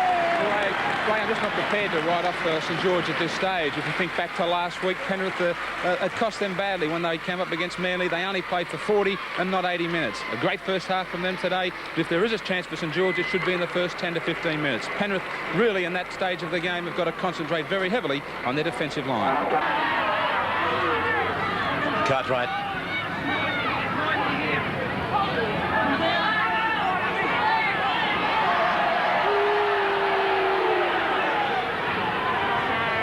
Short ball from Simmons to Gerard. He's opened them up. Gerard now comes to a halt. Alexander!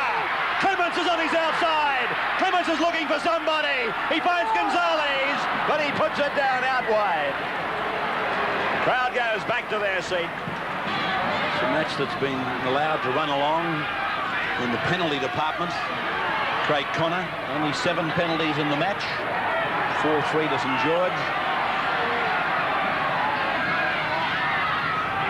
Alexander showing it, holding it back. Burgess, he's away from him, he's away from another. He stands in a third. Can he unload? He can't. And Chris Houghton not liking what he saw. That's silly of him, really. There was the right from Walsh on Alexander's cheek or chin bone.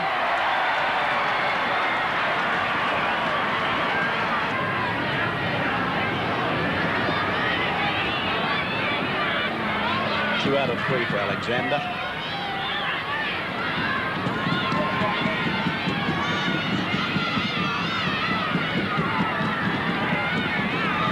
This will put Penrith 2 converted tries out of the reach of the Saints. His kick is unsuccessful.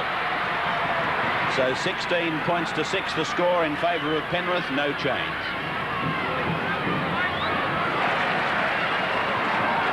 The NEC replay of a perfect illustration of the grubber kick.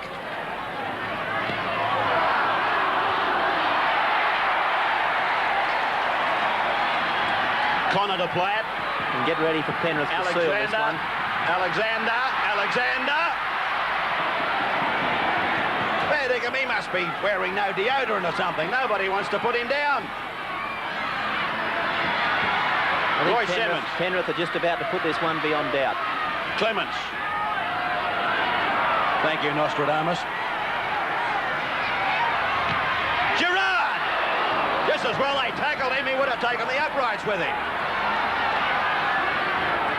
Alexander. Where is it? St George have got it. Now it's Brian Johnston. See how the speedy St George men come in and take this play away from their own danger zone. That's good tactics, but obviously they're not good enough tactics to change the scoreboard from a rather depressing 16 to 6.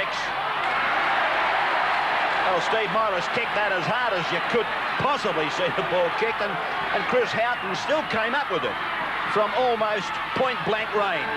Gonzalez. Now it's David Lydiard. Now Brad Izzard. Johnston chases. He's got him. Base over apex, Izzard.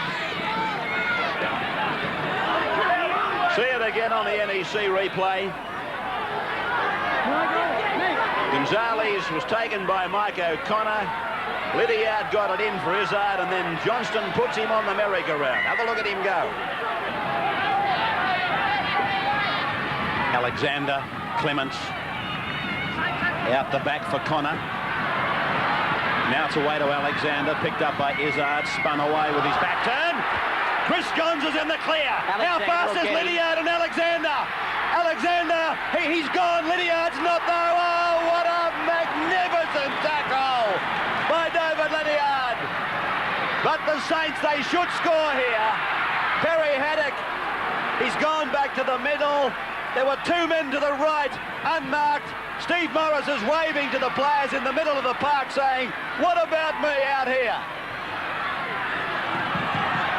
Morris is waving and saying, what about me out here?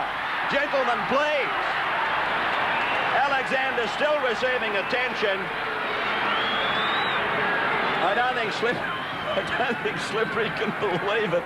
He had more vacant parkland than the National Parks and Wildlife people. And this is David Green, just on Osborne. I thought he'd been contracted by Balmain. No, at no stage. Went straight to St George from school. All right, this is Broman.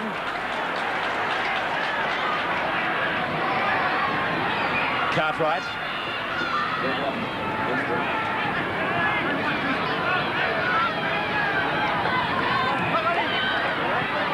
Craig Connor. Floating pass out to Clements. See this at Penrith. There's been so many Penrith players allowed to stand Fellows that you don't look to stand in tackles and offload. Blokes like Craig Connor, Greg Clements. Yeah, they have been, and that's bad St George defence that's allowing that to happen. But I'm sure that Tim Sheens wouldn't be all that impressed either with the way some of his players are pushing passes that aren't on. It's not necessary. Penrith have got this game wrapped up. The only way they can lose it is if they hand it to St George on a plate. Burgess. Guida. Haddock. Jarvis.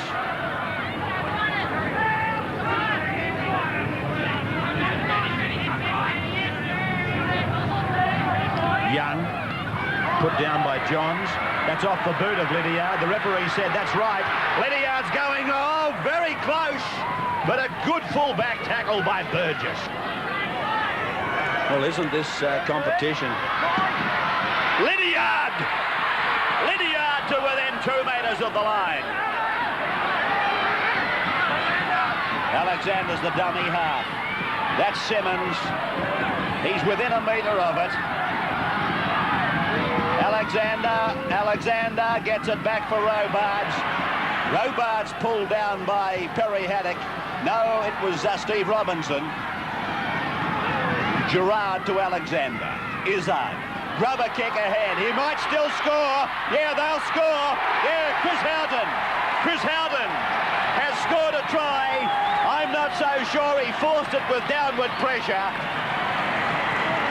But the replay should tell the story. Izzard got his kick in. The referee held the whistle back. Houghton put it on the boot a couple of times. Oh, yes, he did. Downward pressure for sure. It's a try for Penrith's Chris Houghton. It's been a long time coming in the second half for Penrith to put points on the board, but they finally did. And once again, it was the little kick through. This time the grubber. Houghton came through, socketed ahead and fell on it for the 4-pointer. Round the corner she comes. Another goal for Alexander. 22 points to 6. Penrith leading St George in the NEC big game.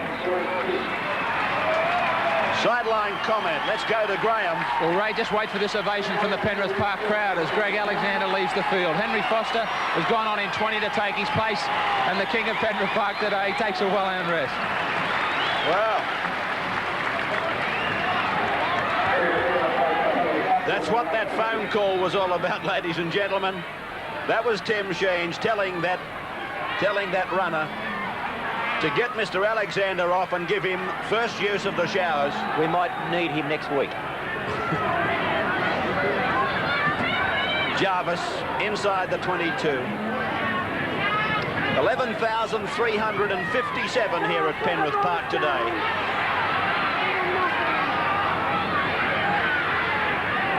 The ball to be played by Selby. That's Osborne in the 26 jumper.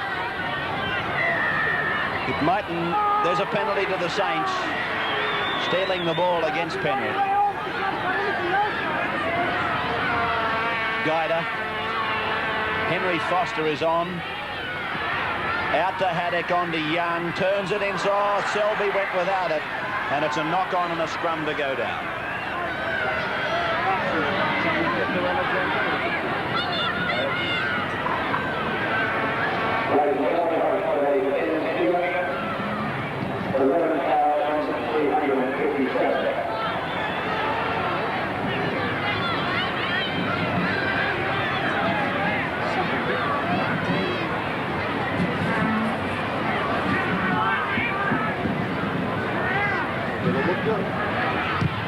Brett Izzard puts in a kick. It's a monster of a kick. He's played at the ball. Everybody's onside. There is something wrong with this fellow. He is nowhere near the footballer he was last year. He's a player with tremendous ability. I just think he's got to be injured. Morris.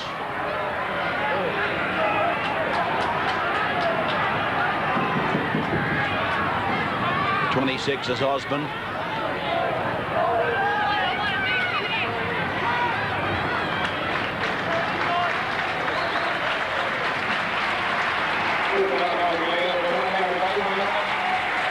That applause you hear in the background is for Chris Houghton coming off.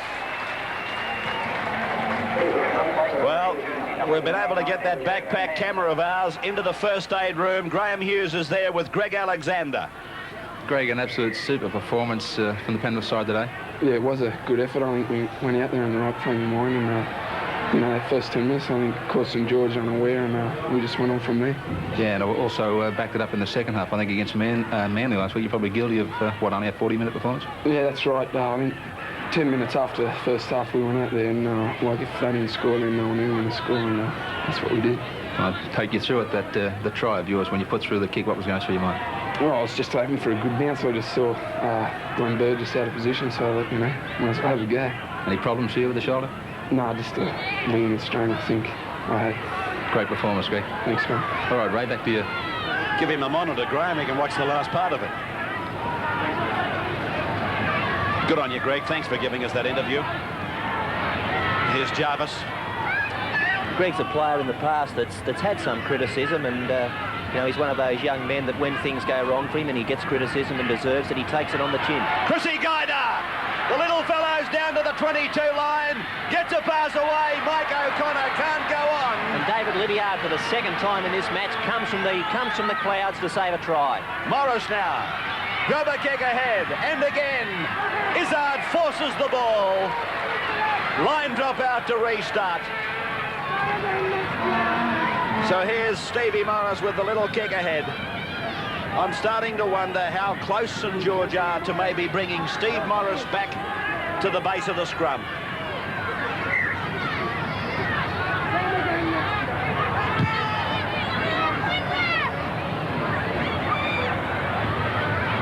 This is Selby.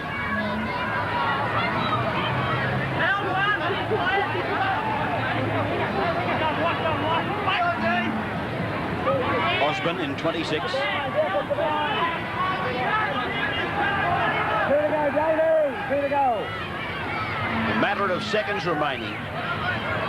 Craig Young has put the ball down behind him. It was dived on by a hungry Panther. Who was it? Joe Batanza. Thank you.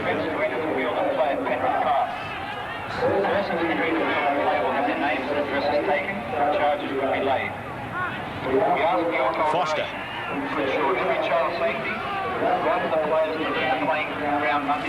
Started with the Panthers a few years ago, Henry. He went to Brisbane. He was deputy, in fact, to Mark Murray in Brisbane. And now back with the Panthers. Robarts. It's pretty heavy traffic in there for little men, but he doesn't seem to shirk his task. Broman. Well, while Alexander's been reaping the plaudits of the crowd and the commentators, and I guess you people at home, let's not forget the work that's been done by the two props, including Darryl Broman. There's the siren, and this Penrith crowd absolutely stoked. A very, very big win for the Penrith side as this Rugby League Wheel of Fortune goes around again. One of the junior clubs defeating one of the great sides, one of the great clubs of Rugby League by a whopping 22-6. Alexander 2, Lydiard, Houghton 1 each. Alexander 3 goals. Morris a try for St George and O'Connor a goal. The local scene, West 17, Balmain 14 yesterday, Manly 30, East 24 today, Cronulla 28, Illawarra 8, Canterbury 14, Canberra 8, Penrith 22, St George 6, and Parramatta 10, Norths 9. Parramatta coach John Mooney turned prophet today at North Sydney. He warned his players that Norths would be tough, and they certainly were. The Bears, after two poor recent displays, bounced right back, leading the Eels for 55 minutes. Mark Cannon scored North's only try after a clever kick by Filipina. And with Olsen's conversion and a Cannon field goal, the Bears led 7-4 at the break. Graham Atkins' boot kept Parramatta in touch with 2 goals. It took some Brett Kenny magic in the 55th minute to get the Eels home. Kenny and then Eric Groth did the lead-up before the zip-zip man Steve Ella finished off to the relief of the Parramatta camp. The luckless Bears threw everything at Parramatta, but the Eels hung on to sneak home by a point. At Belmore Sports Ground, Terry Lamb kicked 3 early penalty goals. With 10 minutes before half-time, Mitch Brennan retrieves a kick and brings it upfield, only to have the ball stolen away for Paul Langmack to score the easiest of tries, giving the Bulldogs a 10-0 lead at the break. Early in the second half, the Raiders swing it out wide for Meninga and Phil Carey to combine, for Terry Fay to bulldoze his way over. Just before full-time, Terry Fay scored his second try, but it wasn't enough for the Raiders, with 5 from 6 goals from Terry Lamb proving the difference. Canterbury defeat Canberra 14-8 in a lacklustre match. East were in early when centre Hugh McGowan outlet the Eagles' defence to ground a spinner bomb.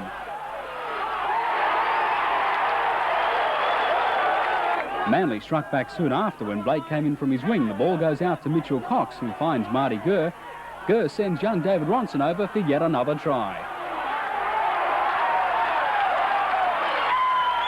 The Sea Eagles turned defence into attack when Dale Shearer said thank you very much, intercepting a floating pass to scorch up the sports ground with no one in cue of him.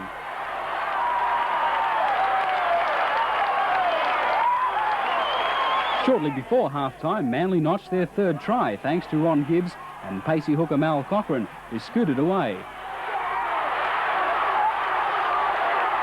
At half-time, Manly led 20 points to 6.